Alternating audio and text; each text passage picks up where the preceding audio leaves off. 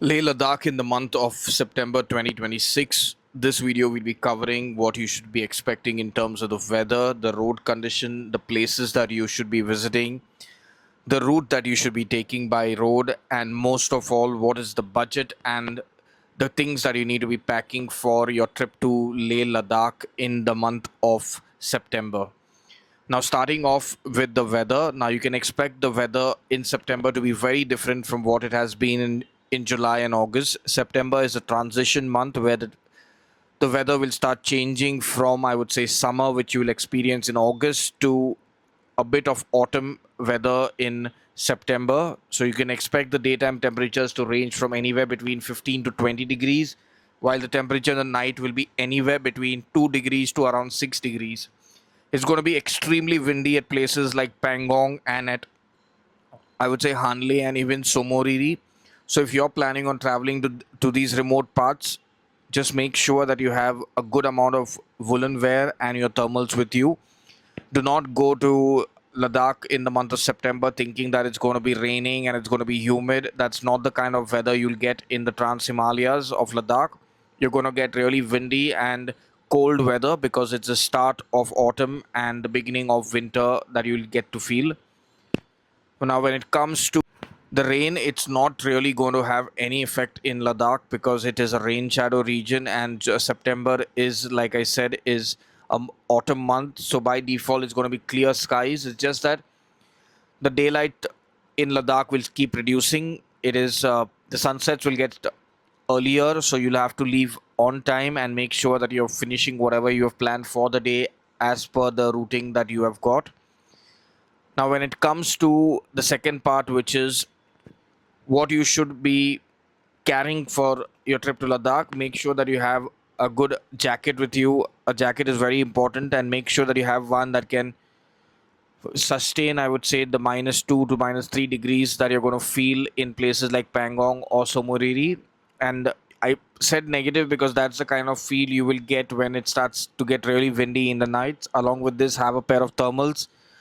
Carry a water bottle, a refillable water bottle with you, so that by default, wherever you're traveling, you can refill this bottle and stay hydrated.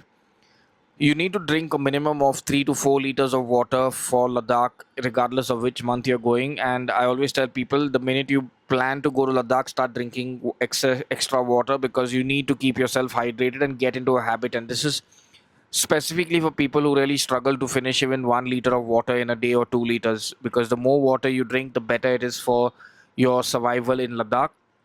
Have a very good pair of shoes because there's a lot of walking to be done and it's uphill and downhill walking. So make sure that you have a good pair of shoes. Shoes that are comfortable are more than enough. You do not need hiking shoes or waterproof shoes. You just need shoes that your feet feel comfortable in.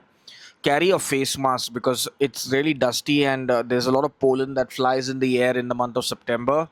So having a face mask will come really handy. And carry, if you're someone who is allergic to all these like pollens and any kind of dust particles, then you need to at least carry a dozen of these masks, because you'll need one every day of your trip in Ladakh because it's really dusty in the month of September.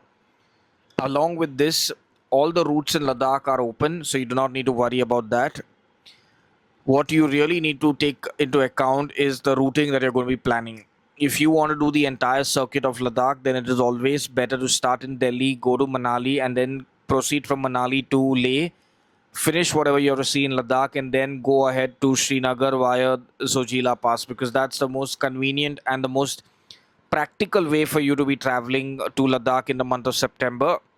The reason I'm saying this is because when you're traveling from Srinagar to Leh and then to Manali, what happens is that by the time you have to do the journey from Leh to Manali, you're exhausted, and the Leh to Manali journey is really, really backbreaking. So it is always better to do it when you're fresh, and hence I'm suggesting you start your journey in Delhi, go to Manali, and then go on to Leh, because from Leh to Srinagar, it is a breeze. The roads are flawless. There are not many passes, and the travel time is much less as compared to Leh to Manali. Hence, start from Manali, come to Leh, finish whatever you have to do in Ladakh, and then go to Srinagar. It'll be a much more easier and seamless journey.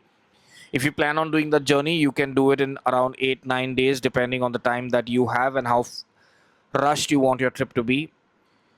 Along with this, remember, if you're flying into Leh, you need to acclimatize at least for a day or two, because, like I mentioned, it's cold and the lack of oxygen in Ladakh can really have side effects on your body. So make sure that you're acclimatizing well.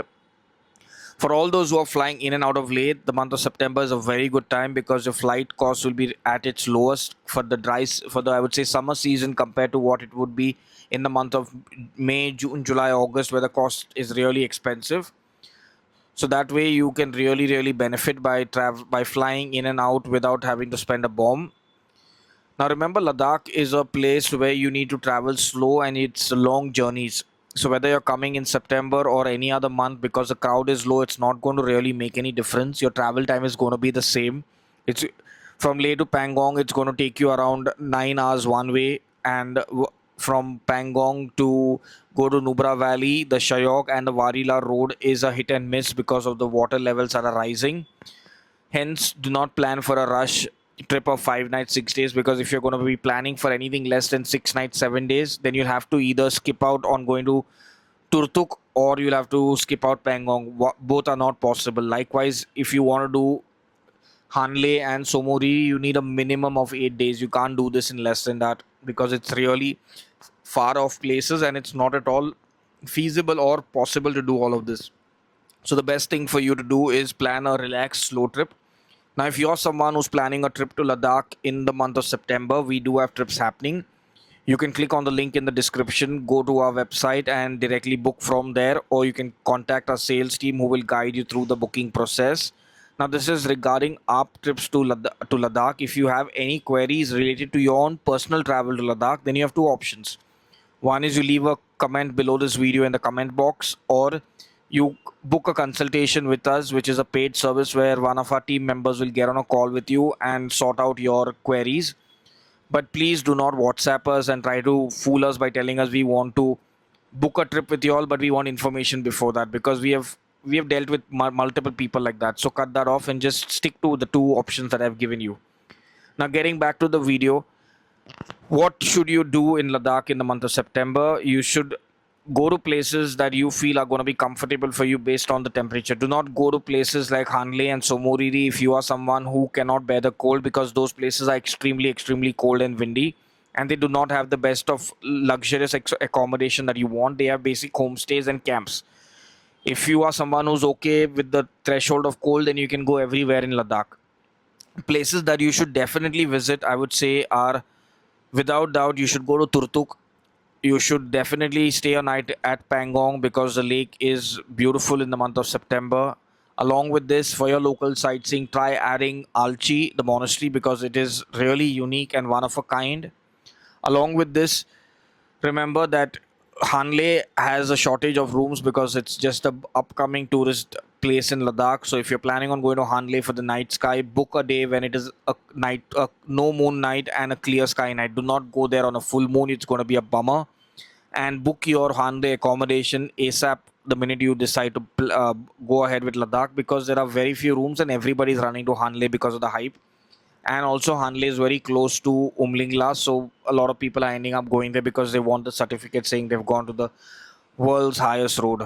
Anyways, apart from this, the budget that you need for Ladakh entirely depends on the places that you want to visit and the kind of accommodation that you want to take yourself through. Now, because of the hike in the fuel costing, everything has gone up, from the accommodation costing to the prices of the vehicles. A basic circuit of just going around, just your basic local sightseeing, which will include Magnetic Hills, Leh Hall of Fame, the confluence of Zanskar Indus, Pattar Sahib Gurudwara, and maybe Leh Palace and Shanti Stupa, will cost you around 4,000 rupees for an Ertiga. Along with this, you add the basic routing of 2 nights in Nubra, which is one night at Hundar, one night at Turtuk, and one night at Pangong. That's a 3 night, 4 day circuit, which in an Ertiga will cost you around 29,000 something. So, totally for the vehicle, you'll end up spending around 34,000. This is without your airport pickup and drop or anything else that you want.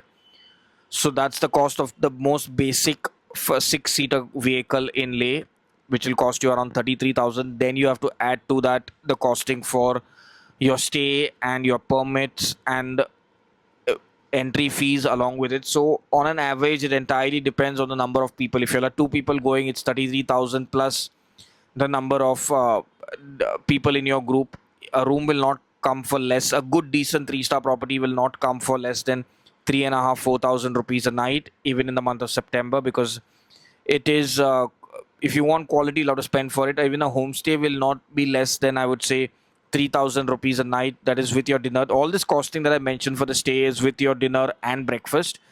And if you're just going for a stay, a basic room will come for around 1,500 rupees. Basic room with an attached bathroom and solar water heating. So over and all, you'll end up spending on an average around close to 30 to 35,000 per person without your flights. And even the reason I'm saying this is, if you're just two people, that's the amount you're going to spend. If you're four people, you might end up spending around 25 to 30,000 if you're ready to cut ends and make it affordable for yourself. But this is the bare minimum that you need to have. If you can take a group of 6 people, then that would be, the best, because then you can go for a Innova Krista, and likewise you can even the vehicle cost splits among 6 people as compared to 2, 3, 4, 5, which would be a lesser split. Along with this, there is an entry fee which will range from anywhere between 20 rupees to 100 rupees depending on where you're going and the places that you want to visit. There is no parking fees that you have to spend. The permit cost is around 400 to 500 rupees per person, and you can do it directly from the Leh government website, and that's very easy and seamless. You can pay also online using your UPI. Apart from this, remember that Ladakh has no prepaid connections work over there, so only postpaid users will have network. If you are a prepaid user, then by default you will have to carry your debit card or carry cash with you. Carrying cash is a better option, but make sure that if withdrawing cash from your home city, do not come to Leh and be hopeful for money. Even though there are a lot of ATMs, you do not want to waste your holidays standing in line to withdraw cash. When it comes to snowfall, you will definitely get to experience snowfall at maybe places like Kardungla, Umlingla, and Changla. These are 3 places that by default you will get to experience snow, and if you're fortunate enough, even snowfall. Especially after the 15th of September is when the probability of snowfall in these 3 places will increase because of the change in weather conditions. If you're planning on taking the HRTC bus from Delhi all the way to Leh, just remember that you can book it online from the government website. And you have to, it's always better to book the bus beforehand, because that way you can get a better seat, and it will also be more assured for you that you do not end up having to get a bad seat on the trip. The bus is a long journey. It starts at around 12 o'clock in the afternoon and reaches the next day at around 6 p.m. to Leh. So if you are okay sitting in the bus that long, then take it. And this is a basic ordinary bus without recliner seats. So you have to just sit like how you're sitting in a classroom. Apart from this, Leh has plenty of restaurants. You will not have any issues with that. Food options are unlimited. If you're planning on going biking to Ladakh, then September is also a very good time because the water levels are at its lowest. So you can easily go biking throughout the entire circuit. You can hire a bike in Manali or in Srinagar and take it vice versa, or even better, you can come to Leh, hire a bike and go all around. But biking is a very good time for the month of September. Just give yourself, I would say, more time than you would need, so that you can do it as a once in a lifetime experience, unless you're somebody who wants to do a rush trip and then come back again to see more places. Apart from this, now till our next video about Ladakh, stay safe, stay happy, and stay blessed.